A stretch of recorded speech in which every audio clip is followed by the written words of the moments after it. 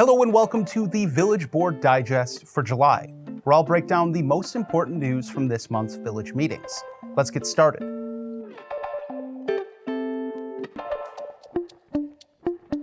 At its July 6th meeting, the Village Board discussed long-term improvements to the municipal water system, including options for a new water tower and booster station. According to a study by Town & Country Engineering, Inc., presented by Ben Heidemann, the village's existing wells are more than capable of meeting current water demand, and a new well will not be needed until the population reaches somewhere around 18,000 residents. However, the study found that the village's water storage capacity is nearing its limits, and recommends adding a new water tower along with additional booster capacity to serve higher elevation areas of the community. As Mr. Heidemann explained during his presentation, rules of thumb within your water system is you want to target having 1 day of average demand in storage, as well as you want to make sure that you can provide a fire flow under certain conditions. In short, you are in deficit of storage today. That's probably your biggest need, and that deficit is predominantly in the primary pressure zone. The study outlined several options for increasing storage capacity. One option was the construction of a new water tower at one of several proposed locations, including along Highway 14, Autumn Ridge, Jefferson Street, or Netherwood Avenue. The other option given replaces the existing north standpipe near County Highway M with a new water tower. The study also recommended purchasing additional boosters, which help water reach the higher elevation areas of the village. Again, several options were presented, including the construction of new booster stations or expanding the existing booster stations 4 and 5. In the discussion following the presentation, board members weighed the costs and benefits of replacing existing infrastructure versus building at new locations. Several members expressed concern about the challenges of acquiring land for a new water tower site, as well as the long-term maintenance costs associated with additional infrastructure. Mr. Heidemann noted that just the cost of repainting a water tower alone is estimated at $500,000, with costs continuing to rise.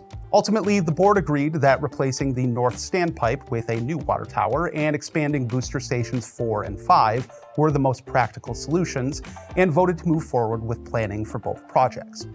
The new water tower is estimated to cost approximately $4.6 million, while the booster station upgrades and renovations are expected to cost around $6 million.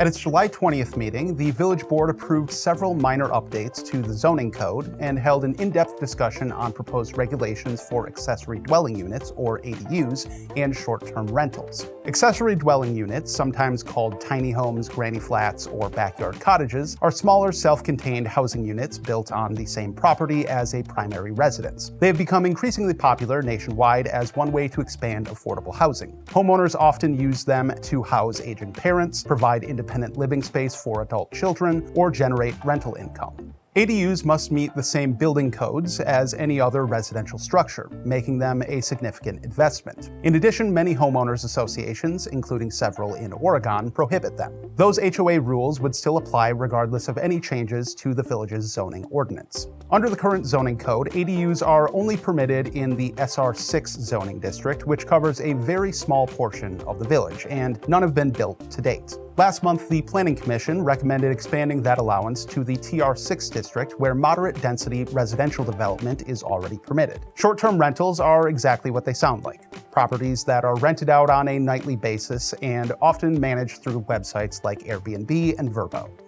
While several already operate within the village, the current zoning code contains no regulations governing them. The Planning Commission recommended adopting a draft ordinance prepared by the village attorney that would require operators to apply for a license through the village clerk. During the discussion, Village Board President Phil Van Kampen argued that the proposed ADU expansion did not go far enough. He said limiting ADUs to the TR6 district would not meaningfully increase housing options. The board generally agreed with this sentiment. On short-term rentals, however, board members favored stronger regulations. Trustee Paige Knipfer said that the draft ordinance lacked enough detail and called for additional restrictions.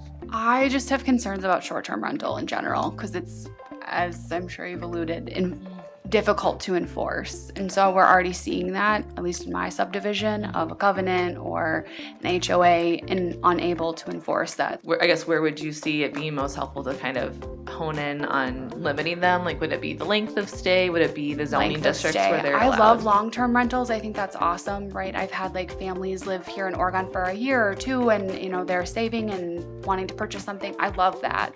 But the Airbnb weekend, I don't know, again, we have like a home in our residential neighborhood that it's every weekend. There's a different group of people there. And that's kind of, I don't know, maybe some neighbors would like that, but I don't. Yeah. That's my concern. Mm-hmm. Although the board took no formal action, they gave staff direction on how to revise the proposals. For ADUs, the board asked the staff to expand the proposals to include the village's single-family residential districts, SR3 through SR6. For short-term rentals, the board directed staff to draft restrictions on the number of days properties could be rented out per year in highly residential areas. Once those revisions are complete, the proposed zoning changes will return to the village board for formal consideration and a vote. Additional noteworthy items from this month's village board meetings include the renaming of a soccer field and the approval of a state grant. At the July 6th meeting, the village board passed a resolution to rename one of the new JC Community Park soccer fields in honor of Howard Martin, who passed away earlier this year. A longtime resident of the village, Martin founded the Oregon Soccer Club in 1978 and was instrumental in growing the sport's popularity in the community. Current Oregon Soccer Club president Eric Anderson and Martin's son Nick led the effort to rename the field in his honor. A memorial bench will also be installed at the site. And at the July 20th meeting, the board approved a $200,000 grant from the Wisconsin Department of Administration to help fund construction of the new senior center and community gym. The grant is part of an approximately $248 million that Governor Tony Evers set aside earlier this year for local infrastructure improvement and community development projects across the state. Thanks for joining us for this month's Village Board Digest. You can find full meetings on our YouTube page. You can join us next month for a full rundown on what's going on in your government.